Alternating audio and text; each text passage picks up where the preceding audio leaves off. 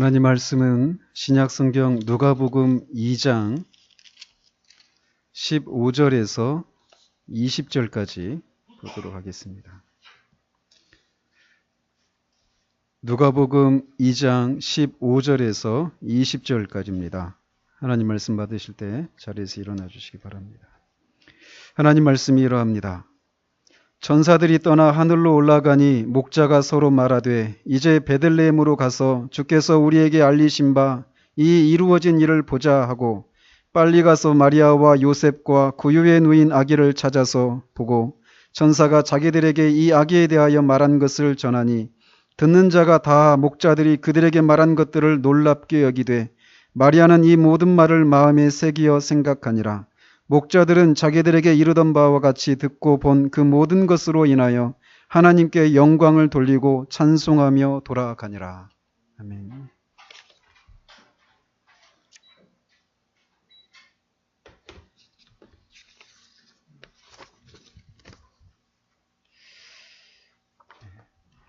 오늘은 이 땅에 오신 우리 주님의 오심을 감사하며 예배하는 성탄절입니다. 여러분 모두에게 성탄의 기쁨과 감사가 임하시기를 바랍니다. 우리는 해마다 이 성탄절이 되면 누가복음 2장을 지금 연속적으로 강의하고 있습니다. 이제 올해가 네 번째 성탄절인데, 그래서 지난해에는 천사들이 이 목자들 앞에 나타나서 그 유명한 찬송이 있죠. 지극히 높은 곳에서는 하나님께 영광이요 땅에서는 그의 기뻐하심을 입은 자들에게 평화로다라고 하는 이 찬양의 내용을 우리가 살펴보았습니다. 오늘은 이어서 천사들이 전한 이 복된 소식을 들은 목자들이 이제 취한 행동에 대해서 살펴보도록 합니다. 이 찬양이 끝나자 천사들은 곧장 떠나서 하늘로 올라갔습니다. 언제나 천사들은 그들이 전해야 할 소식을 전하고 나면 곧장 떠났던 것을 우리는 성경을 통해서 알 수 있습니다. 그들이 하는 일은 하나님께서 전하라고 하신 메시지를 전달해주는 메신저의 역할이었기 때문에 그 일을 다 하면 그렇게 자신이 있던 곳으로 올라가는 것이죠. 천사가 나타나서 자신들을 위하여 구주가 나셨다라고 하는 소식을 전하고 또 수많은 천군 천사들이 그 엄청난 합창을 하는 것을 이렇게 목도하고 또 그들이 하늘로 일시에 올라가는 이 과정을 지켜보면서 목자들은 난생 처음 보는 이런 광경에 정신을 잃을 정도로 압도되었을 것이 분명합니다. 그러나 천사들이 하늘로 올라가고 나자 그들은 정신을 차리고 이제 어떻게 할지 서로 상의를 했습니다. 그리고 내린 결론이 이제 베들레헴으로 가서 주께서 우리에게 알리신 바 이 이루어진 일을 보자라고 하는 결론에 도달을 합니다. 여기서 이제라고 하는 이 말의 원어의 의미는 긴급함을 이렇게 강조하고 있는 그런 의미가 담겨 있습니다. 그러니까 이제 베들레헴으로 가자, 이 말은 아주 긴급하게 가자 이런 말입니다. 그렇기 때문에 16절에서 빨리 이렇게 간 것이죠. 빨리 가서 전해야 된다라는 거예요. 그러면서 또 여기 보면 베들레헴에 가서라고 할 때 그 가서에 해당되는 이 동사 원어를 이렇게 살펴보면 이 말이 어디를 통과해서 지나간다 이런 의미가 있습니다. go through 또는 pass through 이렇게 해석될 수 있는 단어인데, 그래서 이런 것으로 보아서 지금 목자들이 있던 곳과 이 베들레헴 주님이 그 누워 계시는 그 마구간까지는 어느 정도 거리가 있었던 것을 우리가 알 수 있습니다. 바로 옆에 있지는 않았다라는 것이죠. 그래서 목자들은 16절에서처럼 빨리 서둘러서 베들레헴으로 구주를 찾아서 갑니다. 아침에 지금 우리가 보다시피 이것은 밤에 이루어진 일이에요. 근데 이들이 아침에 날이 밝은 다음에 환하게 밝은 다음에 여유롭게 자신들이 돌보고 있는 양떼들을 누군가에게 맡기고 그렇게 간 것이 아니라 즉시 베들레헴으로 구세주를 찾아갔다라는 겁니다. 목자들은 분명 천사에게서 구세주가 나셨다라는 소식을 들었어요. 근데 그들이 베들레헴에 가서 주께서 우리에게 알리신 바 이 일을 보자 이렇게 얘기하고 있어요. 천사들이 얘기해 줬는데 주님이, 하나님이 말씀해 주셨다라고 얘기하고 있어요. 이것은 천사들이 하는 일이 바로 하나님이 하라고 하신, 전하라고 하신 말씀을 전하는 것이기 때문에 천사들이 한 말은 하나님이 한 말이다 라고 하는 것이 성립이 된다라는 것이죠. 아무튼 목자들은 구세주를 만나기 위해서 서둘러서 베들레헴으로 가기로 결정을 내립니다. 그러니까 이 사실은 자신들이 지금 지키고 있는 양떼들을 놓고 가야 되는 것을 의미하는 거예요. 그들이 왜 밤중에 양떼들을 돌보고 지키고 있느냐면 도둑이나 어떤 맹수들로부터 양떼를 보호하기 위해서, 지키기 위해서 이렇게 돌보고 있는 거거든요. 그런데 그 밤중에 그 양떼들을 놔두고 구주를 찾아서 베들레헴으로 속히 떠나는 거예요. 그 거리가 얼마나 되는지는 알 수 없지만 그들은 그런 결단을 내리고 즉시 그것을 실천에 옮깁니다.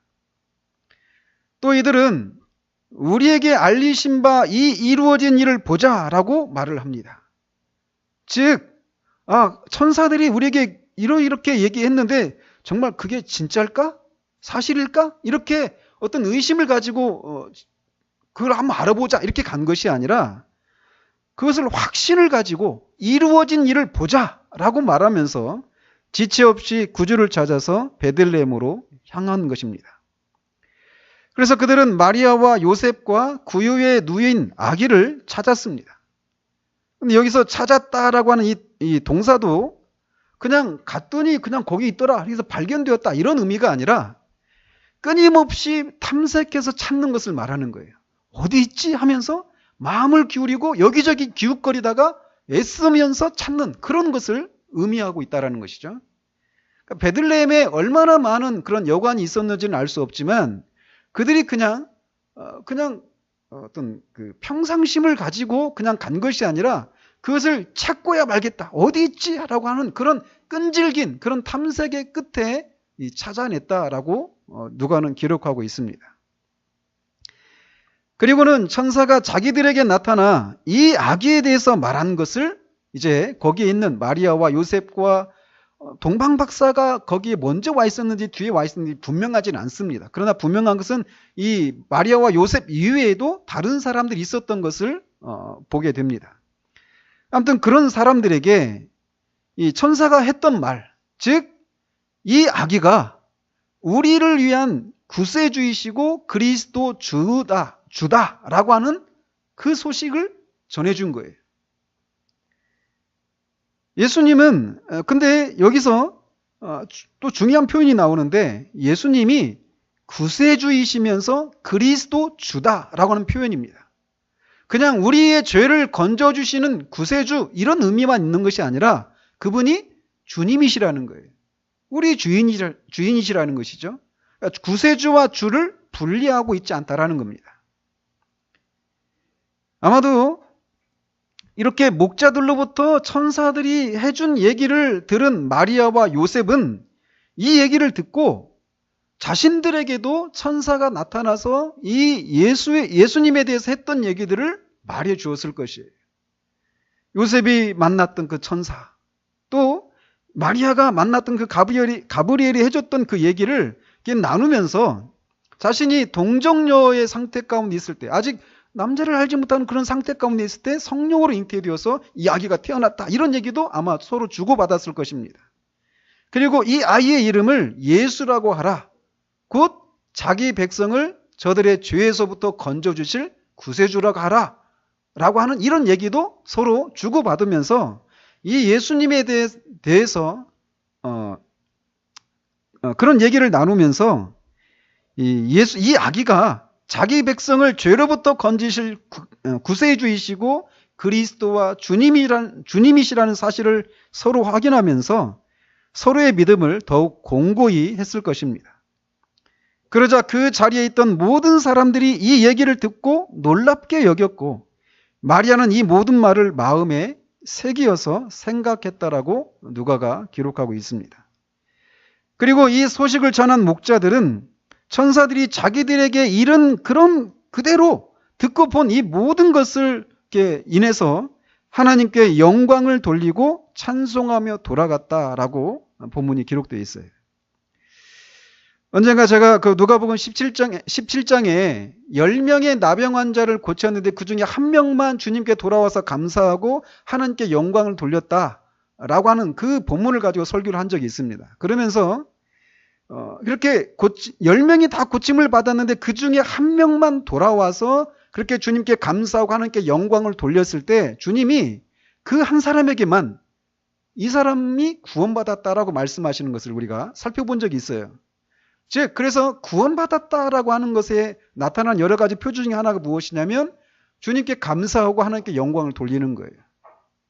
근데 지금 여기 이 목자들의 행동을 보면 그들이 하나님께 영광을 돌리고 찬양을 하면서 돌아갔다라고 한 이 마지막 행동과 천사들이 처음 그들에게 나타나서 이런 말을 했잖아요. 오늘날 다윗의 동네에 구주가 났다. 누구를 위해서? 너희를 위해서. 손가락을 이쪽에서 죄송합니다. 지금 이 천사의 말을 듣고 있는 이 목자들 너희를 위해서 구주가 났다라고 얘기하고 있어요. 그러니까 이 목자들은 구주가 필요한 상태죠. 이걸 알고 있는 거예요.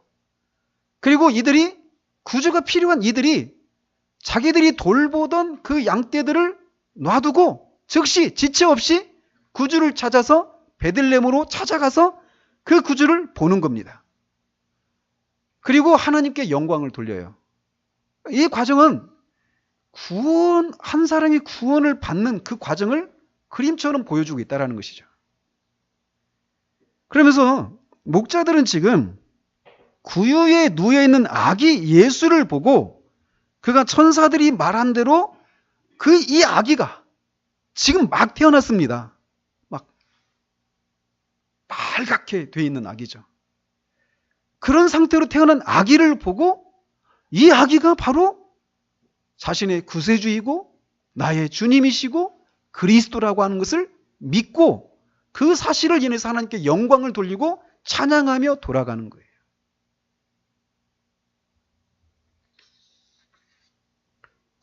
구유에 누워있는 막 갓 태어난 아기 예수를 보고 그 아기가 자신을 죄로부터 건져주실 구세주이시다.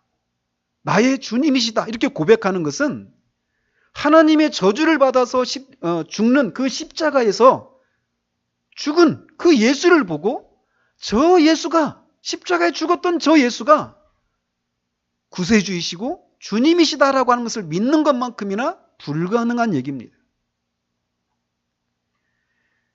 육에 속한 사람, 즉 거듭나지 않은 사람들에게 십자가는 어리석은 것이고 십자가에 달려 죽은 예수가 하나님의 아들이시다. 그가 주님이시다. 이것을 믿을 수가 없어요. 그래서 사도가 말하는 것처럼 성령으로 아니하고는 누구든지 예수를 주시라 할 수 없느니라 이렇게 말씀하시는 거예요. 구유에 누이는 갓 태어난 아기를 자신의 구주와 주님으로 인정하는 것뿐만 아니라 십자가에 달려서 죽은 그 예수를 자신의 구세주와 주로 인정하는 것은 성령으로 아니하고는 되지 않는다라고 말씀하고 계셔요. 그러니까 이 목자들이 이 갓 태어난 아기를 보고 구주다. 나의 주님이시다. 라고 고백하고 그것을 위해서 하나님께 감사하고 찬양하고 영광을 돌리면서 돌아가는 이 행위는 성령께서 그 사람 안에서 역사하셔서 일어난 구원의 과정 가운데서 일어나는 그런 모습이다라고 말할 수 있다는 겁니다. 말씀드린 대로 저는 이 과정, 즉 목자들이 처음 천사들을 만나서 구주가 나셨다는 소식을 듣고 구주를 실제로 찾아서 만나고 하나님께 영광을 돌리고 돌아가는 이 일련의 과정 속에서 한 사람이 구원을 받는 과정에서 일어나는 일련의 그런 과정들을 볼 수 있습니다. 말씀드린 대로 목자들은 베들레헴에 가기 위해 자신들이 지키던 양들을 놓아둔 채로 지체 없이 서둘러서 갔습니다. 그리고 베들레헴에서 강보에 쌓여 구유에 누운 아기를 찾기 위해서 막 열심을 냈어요. 그리고 그들은 천사들이 말해준 그 표적, 강보에 쌓인 강보에 쌓여서 구유에 누워있는 아기를 볼 것이다라고 하는 그 표적을 보고 이 아기가 바로 자신들을 위한 구주요 그리스도 주이신 것을 믿고 하나님께 영광과 찬송을 돌렸어요. 즉 이들의 모습 속에서 어떤 모습을 보느냐면 구주를, 주님을 찾기 위해서 이들이 치렀던 대가, 자신들이 돌보고 있던 양떼를 잃어버릴 수도 있는 그 대가를 치른 거예요. 그리고 그런 대가를 치러야 되는 것을 알매도 불구하고 결단을 하고 즉시 주님을 찾아 나갔다라는 거죠. 그리고 이 주님을 만났을 때, 구주를 만났을 때 그들 안에서 하나님께 영광을 돌리고 찬양하는, 그래서 천사들이 말한 것처럼 오늘날 큰 기쁨의 좋은 소식을 전했던 것처럼 하나님으로부터 기뻐하심을 받은 자들에게 평화가 임할 것이다라고 하는 이 찬양이 그들에게 그대로 성취가 된 거예요. 그래서 이들의 모습 속에서 이 구원을 받는 과정 속에서 일어나는 이 일련의 모습들이 나타나고 있다는 것입니다. 오늘날에 구원을 받는 것은 너무나 쉬운 것으로 받아들여지고 있는 것이 오늘날 한국교회의 풍토입니다.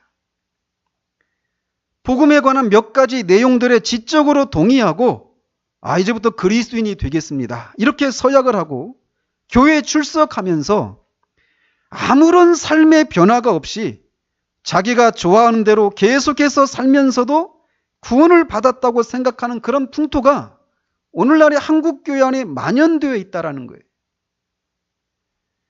그들에게 기독교인이 된다라고 하는 것은 언제 생길지 모르는 사고에 대비하기 위해서 화재보험에 드는 것과 같습니다. 구원에 이르고자 수고하고 애쓰는 모습도 찾아볼 수 없고 구원받기 위해서 어떤 대가라도 치르고자 하는 그런 모습도 보이지 않습니다. 또 구원받은 사람으로서의 변화된 삶과 내면의 변화도 없어요. 그래서 구원을 받았다고 생각하기 전과 후에 삶의 태도나 내면에 아무런 변화도 없는데도 자신은 난 예수님에 대해서, 복음에 대해서 교회에서 들었던 그 많은 여러 가지 내용들을 믿습니다 라고 하는 이 지적인 동의를 하고는 구원받았다고 생각하고 그냥 자신은 구원받은 그리스도인이라고 생각하며 살아가는 사람들이 너무나 많아요. 그런데 그들의 삶을 보면, 그들의 내면을 보면 전혀 구원받은 그런 사람들의 모습이 보이지 않는다라는 것이죠. 그들에게 주님을 믿는다라고 하는 것은 너무나 안이하고 편안한 그 무엇이에요.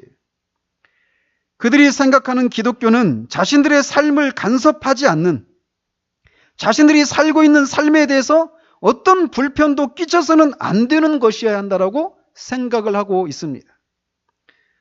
종교가 그들의 삶에 맞추어야지 그들이 성경에 말하는 대로 그들이 살아야 된다라고 하는 이런 것을 용납하지 않는 그런 태도를 갖고 있다는 겁니다. 그래서 누군가 주님을 위해서 열심을 내고 주님을 믿는 것 때문에 대가를 치르고 수고하는 것은 저 같은 목사나 선교사와 같이 몇몇 특별한 사람들에게나 해당되는 것이지 자신 같은 평범한 그리스도인들에게는 해당이 되지 않는다고 생각하는 풍토가 오늘날 한국교회 안에 만연되어 있습니다.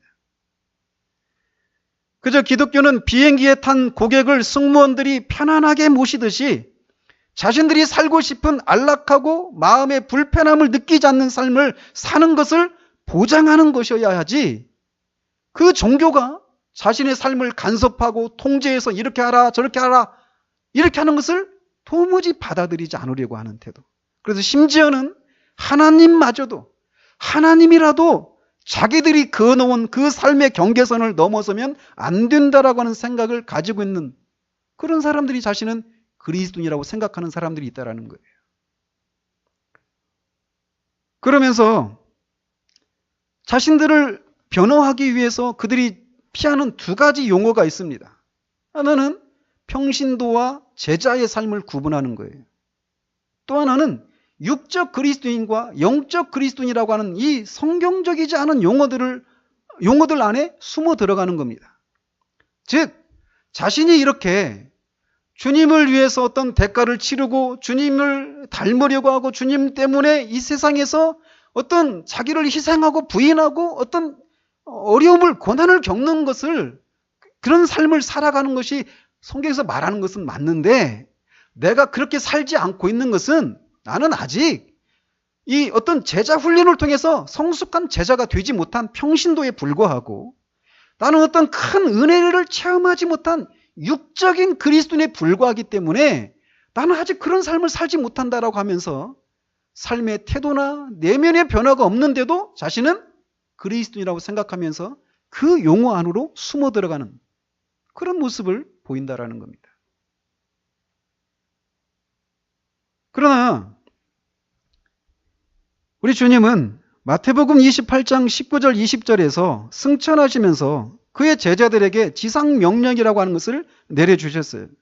즉 모든 민족을 제자로 삼아서 내가 분부한 것을 그들에게 가르치고 지키게 하라, 이런 명령을 내리십니다. 즉 교회에게, 제자들에게 사명을 주시는데 그게 무엇이냐면 모든 민족을 제자로 삼으라는 거예요. 여기서 말하는 제자는 평신도들이 어떤 소위 오늘날 한국교회 안에서 제자훈련이라고 하는 그런 과정을 통과해서 성숙한 그리스도인 된 상태를 말하는 용어가 아닙니다. 제자라고 하는 것은 그냥 예수 그리스도를 믿고 예수 그리스도께 순종하는 삶을 살아가는 사람, 이 사람들이 제자예요. 그리고 사도행전에서도 제자는 신자라고 말합니다. 믿는 자라고 말을 해요. 그러니까 제자와 평신도가 따로 있고, 제자의 삶이 따로 있고 평신도의 삶이 따로 있다, 이렇게 얘기하지 않는다라는 거예요. 목사의 삶이 따로 있고 목사가 아닌 평신도들의 삶이 따로 있다라고 말하지 않는다라는 거예요. 삶의 모습은 다르지만 본질적인 삶의 모습은 무엇이냐? 제자로서 주님이 요구하시는 그 대가를 치르고 주님께 순종하는 삶이 있다라는 겁니다. 목사든지 평신도든지 말이에요. 갓 믿기 시작한 사람이든지 오래전에 믿었던 사람이든지 그 삶의 모습은 주님께 순종하는 삶이 있다라는 거예요. 그리고 주님을 따르는 데서 오는 그런 대가들을 치러야 한다라고 얘기하고 있다라는 겁니다. 그래서 주님은 주님의 제자가 되기 위해서 치러야 할 대가가 있다라고 하는 것을 말씀하시면서 주님을 따르기 전에 그 대가를 치를 것인지 말 것인지를 계산해보고 따르라고 말씀하셔요. 그래서 누가복음 14장에 보면은 어떤 사람이 망대를 지으려고 하는데 자기가 가지고 있는 돈으로 이 망대를 지을 수 있는지 없는지를 계산해보고 공사를 시작하라는 거예요. 공사비가 30억이 드는데 자기가 가지고 있는 돈은 30만 원밖에 없어요. 근데 그것으로 일단 짓고 어떻게 보면 믿음으로 뚫고 지나가는 거죠. 그래서 짓고 보면 언젠간 채워지겠지 하면서 공사 시작하고 망대를 짓지 못하면 사람들이 다 어리석다라고 말하지 않겠느냐. 망대를 짓는 이 하나를 가지고도 얼마나 비용이 들지를 계산하고 그게 시작하지 않느냐라는 것이죠. 또 전쟁을 하려고 하는데 적국에서 군대가 몰려와요. 자기가 3만 군대가 몰려오는데 자기 군대는 10,000명밖에 없어요. 근데 이 10,000명으로 내가 무기가 더 좋아서 3만 명이 있어도 내가 가진 무기가 좋기 때문에 그들을 얼마든지 물리칠 수 있다, 이런 계산이 서면 전쟁할 수 있죠. 숫자가 적어도. 그런데 아무리 계산해봐도 이거 게임이 안 되는 거예요. 그러면은 전쟁을 하기 전에 그들에게 먼저 찾아가서 화친을 취해야 된다라는 거예요. 계산을 해야 된다라는 것이죠. 세상의 일도 이렇게 뭔가를 하려고 하면 이게 수지가 맞는지, 이거 하는 것이 맞는지 비용을 먼저 계산하라고 하시는 거예요. 그런 것처럼 주님의 제자가 되는 이 삶에 대해서도 계산을 해야 된다라는 겁니다. 내가 과연 주님을 따를 것인지 말 것인지. 이걸 모른 채, 이런 계산을 하지 않은 채, 예수님 믿으면 정말 복을 받고 천국을 들어가고 이 땅에서도 영생의 복을 누리고 정말 자녀가 잘 되고 건강해서 병에 들지도 않고 사업이 잘 되고 모든 것이 잘 됩니다. 이런 삶을 누리고 싶지 않습니까? 이렇게 말을 했을 때 그걸 누리고 싶지 않은 사람이 누가 있겠어요? 다 누리고 싶죠. 그래서 내가 정말 예수님 믿겠습니다. 덥석 예수님 믿겠다고 시작했는데 주님이 네 가지 종류의 밭 비유를 하셨잖아요. 돌밭에 뿌려진 그 씨앗처럼 처음에는 기쁨으로 즉시 그것을 받아들였는데 말씀 때문에 환난이나 핍박이 임하면 신앙을 버려버리는 그런 일들이 일어나는 이유가 무엇이냐? 비용을 계산하지 않기 때문이다라고 말씀하시는 거예요. 그래서 주님을 따르기 위해서는 너희들이 치러야 될 대가가 있다. 그것을 먼저 계산해라. 이렇게 말씀하시는 거란 거죠. 그렇다면 그리스도의 제자로서 치러야 될 대가가 무엇이라고 말씀하시는가를 살펴보면 주님은 세 가지를 말씀하십니다. 하나는 사람 앞에서 그리스도를 시인하는 대가를 치러야 한다라고 말을 해요. 즉 사람들 앞에서 예수님이 성경에서 말하는 바로 그런 분이라고 하는 것을 시인하고 인정하는 거예요. 이것은 시인하고 인정한다. 이것은 말로만이 아니라 행동을 통해서도 인정하는 겁니다.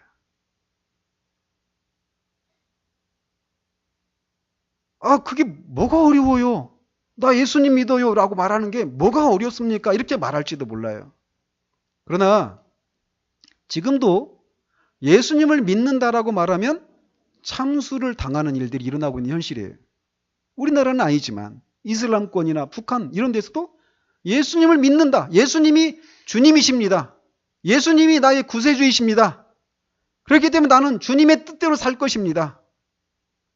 이렇게 얘기하면 죽는 일이 일어나요.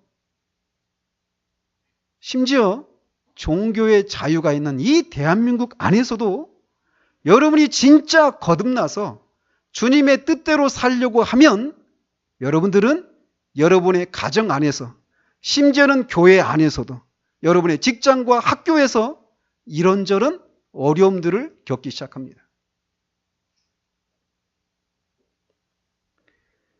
직장을 다닌 사람들은 승진의 기회를 잃어버릴 수도 있어요.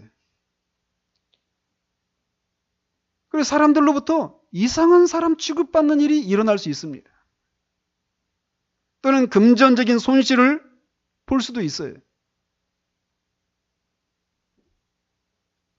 그래서 내가 예수님을 믿는다라고 하는 사실들을 사람들 앞에서 우리가 떠벌리면서 다녀야 된다 이런 얘기를 말씀드리는 게 아니에요.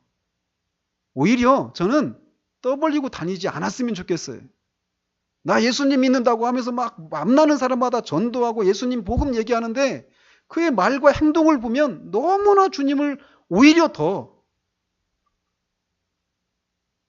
주님께 영광을 가리는 그런 일들을 하는 것을 봐요. 그런 의미로 막 떠벌리면서 해야 된다 이런 얘기가 아니에요. 내가 주님을 믿는다라고 하는 것을 말할 수밖에 없는 그런 상황이 올 때 또는 그런 행동을 그렇기 때문에 구별된 행동을 할 수밖에 없는 그런 상황이 올 때 그걸 부인하지 않는 것 이걸 말하는 거예요. 우리 어린아이들도 마찬가지예요. 어린아이들이 학교에서 급식 시간에 밥 먹기 전에 기도하고 먹잖아요. 집에서는 기도하고 먹어요. 근데 학교에서 기도하고 먹으려고 하면 옆에 친구들이 야, 너 예수 믿냐? 하면서 막 조롱하고 비웃는 애들이 막 있어요. 더더군다나 그 아이들이 힘을 가진 아이다. 그런 아이들은 그 힘을 가진 아이한테 왕따를 받는 걸 굉장히 고통스러워 하거든요. 그렇게 되면 힘든 거 아니까 몰래 숟가락을 밑에 떨어뜨리고 막 주스면서 그 사이에 눈 감고 싹 기도하는 거예요. 감사히 먹겠습니다. 그거를 어려서부터 배우는 거예요. 내가 예수님을 믿는다라고 말하면 사람들로부터 왕따를 당하거나 어떤 어려움을 겪는구나. 이거를 그냥 어려서부터 체득을 하는 거예요. 이게 점점 커가면서 나중에는 직장에 가면 내가 예수 믿는다라고 하는 것 때문에 승진이 안 되는 그런 경우가 있다. 갈등을 하는 거예요. 말이나 행동을 통해서요. 술 마시는 거, 담배 피는 거, 이게 그 자체가 죄는 아닐 수 있습니다. 그런데 그것이 내 신앙을 드러내는 그런 것으로 작용할 때 술 마시는 것은 주님을 부인하는 것이 될 수 있어요. 내가 술을 안 마시는 것을 통해서 나는 주님을 믿는 사람이기 때문에 술을 안 마십니다. 이렇게 신앙의 고백이 담겨 있는 그런 의미로 술을 마셔야 되는 그런 상황이 올 수 있잖아요. 그죠? 근데 그런 순간에 내가 주님을 믿는 것 때문에 술을 안 마시면 이렇게 말하면 이 분위기를 완전히 깨뜨리고 그 속에서 나는 막 완전히 흥을 깨는 사람이고 그렇게 되면 나는 상사한테 찍히고 승진이 안 되고 이런 것 때문에 그 순간을 모면하기 위해서 그냥 양심은 마시지 말라고 하는데 그냥 마셔버리는 거예요. 그런 게 바로 주님을 시인하지 않는 것이에요. 부인하는 것이에요. 종류는 다양합니다. 주일이에요. 예배를 드려야 됩니다. 그런데 회사에서 나오래요. 안 나가면 잘릴 수 있어요. 고가가 깎일 수 있어요. 상황은 굉장히 다양합니다. 이렇게 사람들 앞에서 내가 예수님을 믿는 것을 시인해야 될 그 상황은 사람에 따라 어린아이든 어른이든 다양해요. 근데 그 다양한 상황 속에서 내가 예수님을 믿는다라고 하는 것을 시인하는 것을 부끄러워하지 않는 이런 대가를 치러야 된다는 거예요. 예수님의 제자는. 만약 사람들 앞에서 예수님을 시인하지 않으면 주님이 이렇게 말씀하십니다. 누구든지 사람 앞에서 나를 시인하면 나도 하늘에 계신 내 아버지 앞에서 그를 시인할 것이요. 누구든지 사람 앞에서 나를 부인하면 나도 하늘에 계신 내 아버지 앞에서 그를 부인하리라. 마태복음 7장에 나는 자신은 평생도록 주님을 위해서 선지자 노릇하고 귀신을 쫓고 권능을 행하고 이렇게 막 했다라는 거예요. 천국에 들어가려고. 주님이 나는 너를 모른다라고 말씀하셔요. 그런 일이 일어나게 된다라는 거예요. 사람들이 자신이 이렇게 주님을 내가 내 삶 가운데서 내 직장이나 학교나 어떤 가정 안에서 내가 주님을 믿는다라고 하는 것을 시인하게 되면 입게 될 수 있는 그런 여러 가지 손해를 생각하면서 그것을 떳떳하게 얘기하지 못하는 그런 마음을 갖고 있는 동안 영혼은 늘 죄책감에 시달립니다. 평안이 없어요. 그래서 이 죄책감을 달래기 위해서 그런 상황이 아닌 다른 곳에서 열심을 내는 거예요. 막 선교도 하고 헌금도 많이 하고 교회 봉사도 하는 거예요. 그런데 주님은 네 있는 그 자리에서 내가 너의 주라는 것을 고백하라는 것을 요구하고 계셔요. 그거를 하겠느냐라고 주님이 말씀하시는 거예요. 물론 베드로도 주님을 3번이나 모른다라고 부인했습니다. 우리는 이 일에 있어서 실패할 때가 있어요. 너무 무서우니까. 저도 그런 적이 있거든요, 회사에서. 그런데 그 사실을 인해서 주님의 마음을 아프게 해드린 것을 막 통탄하면서 회개하고 주님의 용서를 구하고 또 주님이 주시는 그 은혜로 또 그렇게 살아가는 거예요. 이렇게 사람들 앞에서 시인하는 대가를 치러야 됩니다. 두 번째로는 자신의 가족보다 더 그리스도를 사랑해야 되는 대가를 치러야 돼요. 아버지나 어머니를 나보다 더 사랑하는 자는 내게 합당하지 아니하고 아들이나 딸을 나보다 더 사랑하는 자도 내게 합당하지 아니하다라고 말씀하셔요. 또 병행구인 누가복음 14장 26절에서는 더 강력합니다. 무릇 내게 오는 자가 자기 부모와 처자와 형제와 자매와 더욱이 자기 목숨까지 미워하지 아니하면 능히 내 제자가 되지 못한다라고 말씀하셔요. 실제로 자기 가족을 남편이나 아내나 자녀나 부모, 자기 형제를 미워해야 된다 이런 말씀이 아니에요. 우선순위의 문제를 말씀하시는 거예요. 주님보다 더 우선순위에 두는 것은 다른 사람들을 주님보다 더 우선순위에 두는 것은 주님의 제자로서 합당하지 않은 태도다라고 말씀하시는 거예요. 그래서 주님을 따르려고 하면 누군가 우리 가족의 마음을 아프게 해드리고 그 관계가 깨어지는 그런 대가를 치를 수도 있다는 거예요. 근데 우리는 막 하잖아요. 그것을 안 할 수 있도록. 그런 대가를 치르지 않고 내가 이렇게 주님을 따르는 행동을 이 나를 따른 가족이 이해해 줄 수 있기를 위해서 하나님 앞에 기도하잖아요. 주님은 말씀하셔요. 아니다. 대가를 치러야 된다는 거예요. 세 번째로 날마다 자기 십자가를 지는 대가를 치러야 한다라고 주님 말씀하십니다. 자기 십자가를 지고 나를 따르지 않는 자도 내게 합당하지 아니하니라. 우리는 여기서 십자가를 진다라고 하는 이런 것을 그냥 우리가 이 땅에서 살아가면서 겪는 여러 가지 고통스러운 것들을 지고 간다 이렇게 생각하는 경향이 있습니다. 이를테면 내 남편이 내 십자가야. 내 아내가, 내 자식이, 내 부모가 내 건강하지 못한 것이 또 가난한 것이 이런 식으로 이 땅에서 겪는 여러 가지 고통과 어려움들을 자기 십자가라고 생각하고 그걸 주님이 지고 가라고 했으니까 내가 끝까지 이걸 지고 가야지 이렇게 생각해요. 그런 의미가 아닙니다. 제자들에게 주님이 내 십자가를 지고 나를 따라야 된다라고 말씀하셨을 때 제자들은 그 말이 내가 죽어야 되는 것을 말하는구나 이렇게 받아들였습니다. 우리가 알다시피 십자가의 처형을 받는 사람은 자기가 져야 될 그 십자가를 자기가 지고 가게 되어 있었어요. 십자가의 처형 방법이. 그래서 주님이 달리셔야 될 그 십자가를 지고 가셨잖아요. 그죠? 그러니까 자기 십자가를 지고 나를 따르라 이 얘기는 십자가는 그냥 고통을 겪게 하는 정도가 아니라 죽게 하는 도구라니까요. 형벌 도구라니까요. 그러니까 십자가를 지라는 얘기는 죽어야 된다는 얘기예요. 그렇다고 해서 이 말씀이 예수님 믿으면 다 순교해야 되는구나 이런 얘기를 말씀드리는 게 아닙니다. 뭐냐? 자기를 부인하는 거예요. 날마다 자기가 죽는 거예요. 자기 옛사람이 죽는 거예요. 자기를 죽이는 그런 삶을 살아야 한다는 거예요. 놀라운 것은 주님이 자기 목숨을 얻는 자는 잃을 것이요 나를 위하여 자기 목숨을 잃는 자는 얻는다라고 말씀하신다라는 거예요. 근데 이것을 그냥 언제 한번 눈 한번 딱 감고 내가 나를 정말 죽여야지. 나를 부인해야지. 그래서 주님께 순종해야지. 한 번에 결단하고 그 한 번의 삶을 사는 것을 말하지 않고 날마다 십자가를 져야 된다고 말해요. 그러니까 사도 바울이 날마다 나는 죽노라 말씀하잖아요. 날마다 자기를 부인하고 나를 옛사람이 죽은 것처럼 그래서 주님께 순종한 이 삶을 날마다 살아야 된다고 말을 해요. 물론 이 말씀도 우리가 이 일에서 실패하지 않는다라고 하는 것을 말하지 않아요. 실패하는 일이 있습니다. 그런데 그의 전체적인 삶의 방향은 항상 이 방향으로 가게 되어 있다는 거예요. 자, 주님은 이렇게 주님을 따르겠다라고 오는 그 사람들을 그냥 덥석 받아들이지 않아요.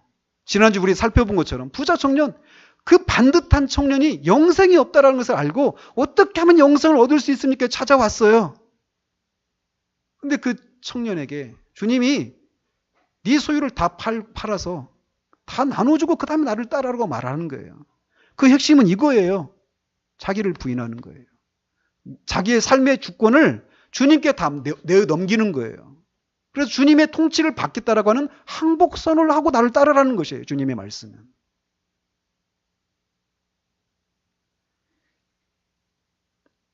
그래서 주님은 그렇게 주님께 찾아왔던 사람들을 다 쫓아내셨습니다. 요한복음 6장에서 그 오병이어의 기적을 경험한 사람들이 수만 명은 돼요. 다음날 다 우르르 쫓아왔단 말이에요. 주님을 따르겠다라고. 근데 주님이 다 쫓아내시고 12명만 남겨놓으시죠. 오늘날 전도하기 의하면 주님은 실패한 전도자예요. 교회 성장학자들의 말에 의하면 주님은 교회 성장에 있어서 아주 잘못된 방식을 취하고 있는 사람들이에요. 이렇게 해서 교회가 성장하겠습니까? 제가 저희 아버지한테 그런 예수님 믿는다라고 하는 것이 무엇인지를 말씀드리니까 아버지가 밤새 잠을 못 자셨대요. 못 주무셨대요. 제가 걱정이 되는 거예요. 그렇게 해가지고 예수님 믿는 사람이 그런 사람이라면 얼마나 많은 사람이 예수님 믿겠냐고. 언제 교회가 커서 이 개척교회를 벗어나서 이 교회를 세우고 그렇게 할 수 있겠냐고. 그것 때문에 걱정돼서 밤새 잠을 못 주무셨대요. 주님 말씀하십니다. 좁은 문으로 들어가라. 좁은 길로 행하라. 그 길은 좁고 협착해서 찾는 이가 적다라고 말씀하셔요. 적습니다. 우리가 생각하는 것보다 많이 적어요. 누가 이런 식으로 믿을 수 있겠습니까? 여러분 주변에서 이런 사람 보셨습니까?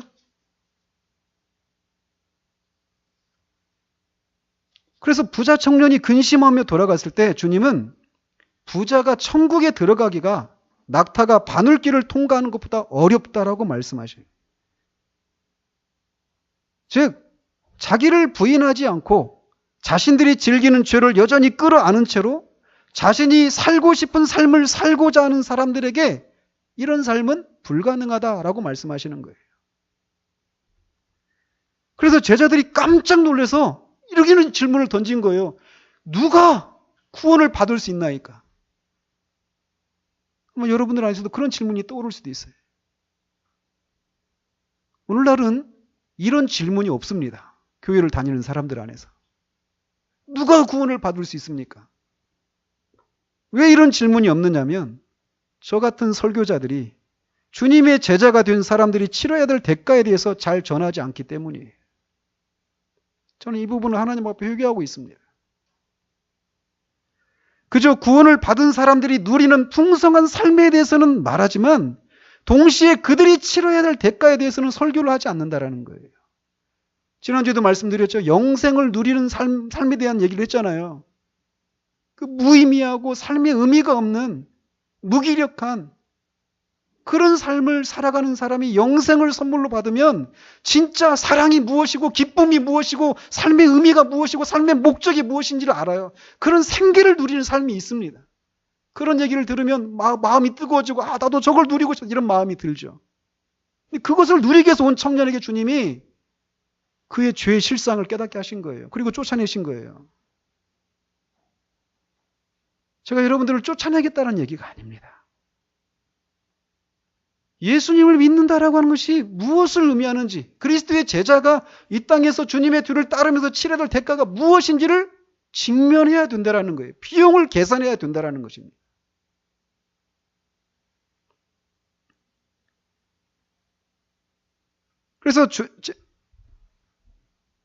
그래서 누가 구원을 받을 수 있습니까?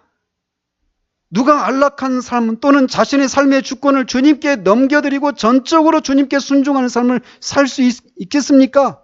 라고 하는 이런 질문에 주님이 이렇게 대답하시는 거예요. 사람으로는 할 수 없으되 하나님으로서는 다 할 수 있느니라. 그렇습니다. 이 삶은 절대로 사람이 할 수가 없어요. 어떤 사람? 거듭나지 못한 사람. 거듭난 사람만 이 삶을 살 수 있습니다. 어떻게 거듭납니까? 먼저는 자신이 거듭나야 된다는 사실을 알아야 돼요. 즉 자신이 하나님의 계명을 어기는 삶을 살았던 죄인이고 따라서 하나님의 심판 아래 있는 심판을 받아 마땅한 죄인이라고 하는 것을 깨닫는 일이 있어야 됩니다. 그리고 그 심판으로부터 아무리 벗어나기 위해서 아무리 기도하고 아무리 선한 일을 하고 헌금하고 경건 생활을 해도 그 심판에서 벗어날 수 없는 절망적인 상태 가운데 있다라고 하는 것을 깨달아야 돼요. 하나님의 뜻대로 살려가면 할수록 자신 안에 그렇게 살고 싶지 않은 아주 큰 죄의 세력이 자기를 사로잡고 있다는 것을 깨닫고 어떻게 할 수 없는 자신의 모습을 인해서 절망하는 것. 상한 심령으로 그 상태를 인해서 절망하는 이것이 있어야 돼요. 사람은 절대로 자신이 그런 상태 가운데 있다라고 하는 것을 깨닫기 전까지는 그리스도를 붙잡지 않습니다. 그러니까 이런 것이 없는 채 나 예수님 믿었어요 말하는 것은 가짜예요. 그래서 이것을 자기가 이런 절망적인 상태 가운데 있다라고 하는 것을 깨달은 사람은 주님이 말씀하신 것처럼 자신의 한쪽 손과 눈을 빼서라도 생명을 얻을 수만 있다면 기꺼이 감수하겠다는 마음을 가지고 주님께 피하고 주님의 용서와 자비를 구걸합니다. 그게 심령이 가난한 거예요. 그는 자신의 영혼의 구원을 위해서 그 어떤 것을 요구하신다 해도 기꺼이 감수하고자 하는 마음으로 주님 앞에 나옵니다. 그렇기 때문에 그렇게 주님 앞에 그런 기세를 가지고 나오는 그런 것을 가리켜서 주님이 천국은 침노하는 자의 것이다라고 말씀하시는 거예요. 침노하는 겁니다. 그야말로. 주님이 아니면 내가 이 상황에서 벗어날 수가 없습니다. 주님의 긍휼과 자비가 아니면 나는 여기서 벗어날 수가 없습니다. 영원토록 벗어날 수가 없습니다. 주님 나를 불쌍히 여기십시오. 침노하는 겁니다. 구원받으면 좋고 아니면 말고 이걸 믿어줘 말어 주님과 거래하는 것 같은 그런 태도는 구원받은 사람에게는 있을 수가 없어요. 그렇게 나온 자들에게 주님은 자신을 계시하십니다. 바로 그런 소망이 없는 죄인인 자들을 위해서 대신 십자가에서 하나님의 형벌을 받아 다시 죽고 다시 살아서 그를 믿는 자마다 죄 용서와 영생의 선물을 주시기에 오셨다라는 사실을 그 사람이 계시해 주시는 거예요. 아마 이 얘기를 그는 어릴 때부터 교회를 다니면 수백 번, 수천 번도 더 들었을 것입니다. 그러나 자기가 그런 절망적인 상태 가운데 있다는 것을 깨닫지 못하고 그리고 그때 성령께서 이 진리를 계시해 주는 일이 있지 않으면 그렇게 수천 번도 더 들었던 그 진리를 온전히 붙잡지를 못해요. 그러나 그 그리스도의 계시가 그에게 임하면 그는 그 그리스도를 붙잡고 믿게 되는 일이 일어납니다. 그리스도를 믿는 순간 그는 거듭납니다. 거듭나서 새로운 마음을 갖게 돼요. 새로운 본성을 갖게 됩니다. 이전에 하나님의 일 시시했습니다. 하나님 찾는 거 복잡하고 예배 시간 지루하고 따분했습니다. 말씀 읽는 거 없었습니다. 기도 없었습니다. 기도하는데 전혀 하나님과 그런 교제를 나눈다 이런 기도가 무엇인지 몰랐어요. 근데 거듭나면 그런 변화들이 일어나기 시작해요. 그런 새로운 본성과 새로운 마음을 가져요. 그리고 성경이 살아 움직이기 시작합니다. 그리고 죄 용서를 받았다라고 하는 것을 알아요. 하나님은 그를 그리스도의 의에 근거해서 죄가 없는 사람이라고 선언해 주십니다. 의롭다고 여겨주셔요. 이게 칭의예요. 그리고 그를 거룩하게 하십니다. 그 순간부터 그는 거룩한 삶을 살기 시작해요. 또 하나님을 이 죄인을 하나님이 양자로 삼아주시는 걸 알아요. 이제는 하나님 하면 하나님의 뜻대로 살아야 되는데 안 하면 맞을 것 같은데 벌 받을 것 같은데 이런 종의 심정이었습니다.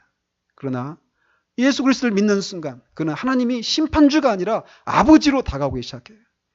그 전에 하나님의 사랑 수없이 들었지만 그게 무엇인지 몰랐어요. 그런데 그 순간 하나님의 사랑이 밀려오기 시작합니다. 그리고 성령을 선물로 받아요. 그 사람 안에 성령이 내주하기 시작합니다. 그래서 새로운 마음과 새로운 본성을 가지고 성령의 능력을 힘입어서 이 삶을 살 수 있게 되는 거예요.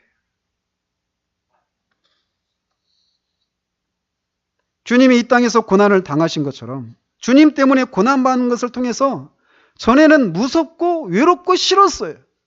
그러나 이제는 자신이 주님께 속한 사람이라는 것을 확인하게 돼요. 그 고난을 받으면서 나도 주님처럼 고난을 받는구나. 주님 때문에.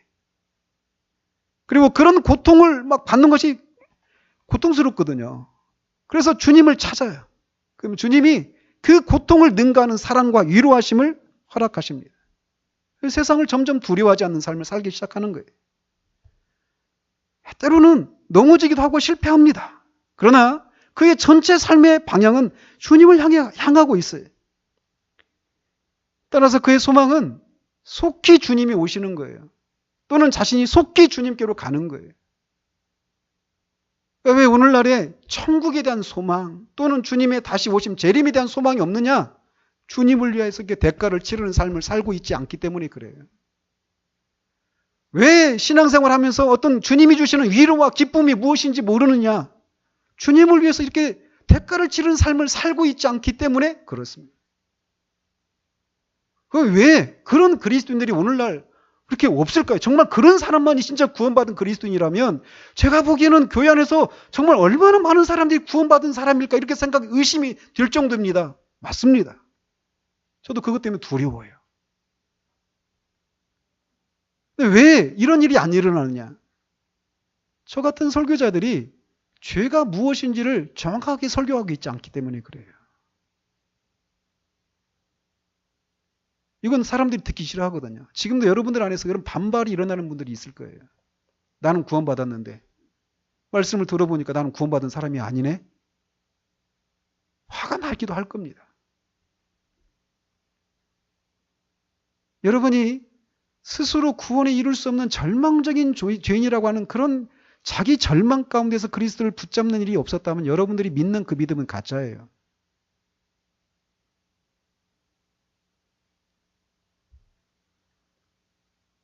죄에 대해서 설교를 하지 않아요. 죄가 무엇인지를 설교하지 않아요. 하나님의 성품에 대해서 바르게 설교하지 않습니다. 하나님은 사랑의 하나님이셔요. 사랑이 많으니까 죄인을 용서해 주신다. 이런 생각만 갖고 있어요. 근데 그렇게 구유에 나신 그 예수님이 왜 오셨느냐? 만약 우리 인간에게서 구원의 가능성이 조금이라도 남아있다면 그분은 오시지 않을 겁니다. 그분이 오셨다는 사실은 우리 인간에게는 구원의 소망이 전혀 없다라고 하는 것을 말해주는 거예요. 그리고 그분이 우리를 구원하시기 위해서는 그냥 오신 것으로 너희들 정말 죄 때문에 고생 많지. 죄에서 벗어나려면 내가 하는 것처럼 해야 돼. 이렇게 모범을 보이기 위해서 오신 것이 아니에요. 그분이 오신 것은 저와 여러분들과 같이 하나님의 심판을 받아서 영원히 저기에서 죽어야 될 사람들을 대신해서 십자가에서 그런 수치와 조롱과 멸시와 하나님의 진노를 받아 죽으시기 위해서 오신 거예요. 그렇기 때문에 우리는 이 성탄 아침에 주님이 오신 날을 감사하는 이 아침에 주님의 죽으심을 기념하는 성찬을 행하는 거예요.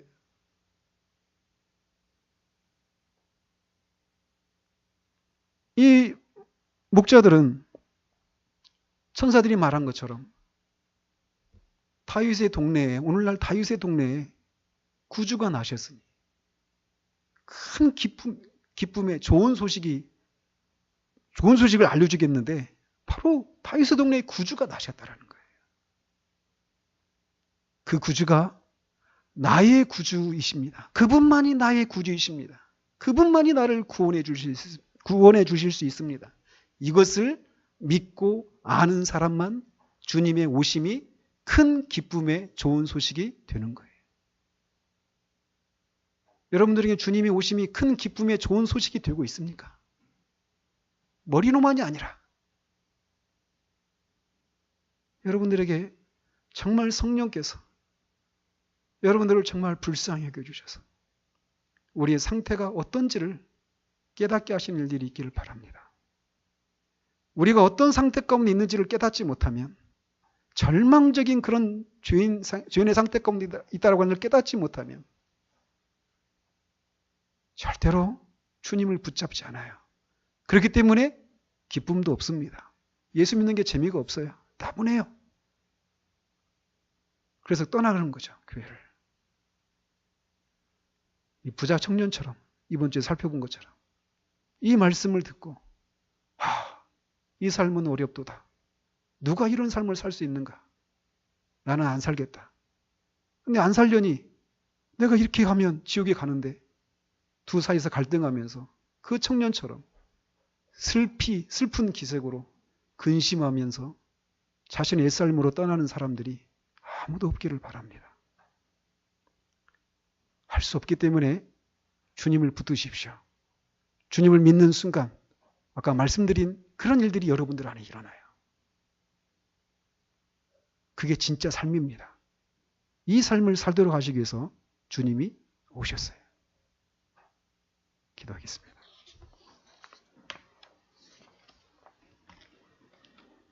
하나님 아버지, 주님의 오심이 정말 여기 모여있는 우리 모두에게 큰 기쁨의 좋은 소식이 될 수 있도록 주님 도와주시옵소서. 이 목자들처럼 그리스도를 찾고 그리스도를 주님을 구주를 자신의 구주로 주님으로 인정하고 그분께 순종하는 삶을 살기 위해서 치러야 될 대가가 무엇인지를 알매도 기꺼이 주님께 순종하는 삶을 살기 위해서 그리스도를 찾았던 것처럼, 그리고 나서 구주를 만나고 큰 기쁨을 누리고 평강을 누렸던 것처럼, 아직 주님을 그렇게 자신의 구주로 주님으로 영접하지 못한 사람들에게 이 선포된 말씀이 이제 그들의 심령 가운데서 계속 울릴 수 있도록 주님 도우시옵소서. 주님을 따를 것인가? 아니면 여전히 내가 원하는 방식의 삶을 살아 영원한 형벌을 받을 것인가? 오직 두 가지 가능성밖에 없는 이 삶의 기로에서 부자 청년처럼 슬픈 기색으로 근심하며 돌아가는 사람이 아무도 없도록 주님이 선포된 말씀을 이제 주의 성령께서 사용하시기를 바랍니다. 그리고 이미 그런 은혜를 던져본 주의 자녀들에게 정말 우리가 어디에서 구원받았는지를 알고 또 우리가 어디로 구원받았는지를 알아 우리의 삶 가운데서 사람들 앞에 우리의 말과 행동으로 주님을 시인하고 날마다 십자가를 지고 주님보다 다른 어떤 사람들을 더 사랑함으로 주님의 마음을 아프게 해드리는 그런 삶을 살지 않는, 그렇기 때문에 그 삶을 살기 위해서는 정말 주님이 주시는 그 현재적인 은혜가 필요한 것을 알고 주님 앞에 정말 그 은혜의 수단들을 적극적으로 활용하여서 주님이 주신 그 은혜를 힘입어 주님의 뒤를 따르는 삶을 살아가는 일들이 일어날 수 있도록 주님 역사해 주시기를 원합니다. 예수 그리스도 이름으로 기도합니다. 아멘.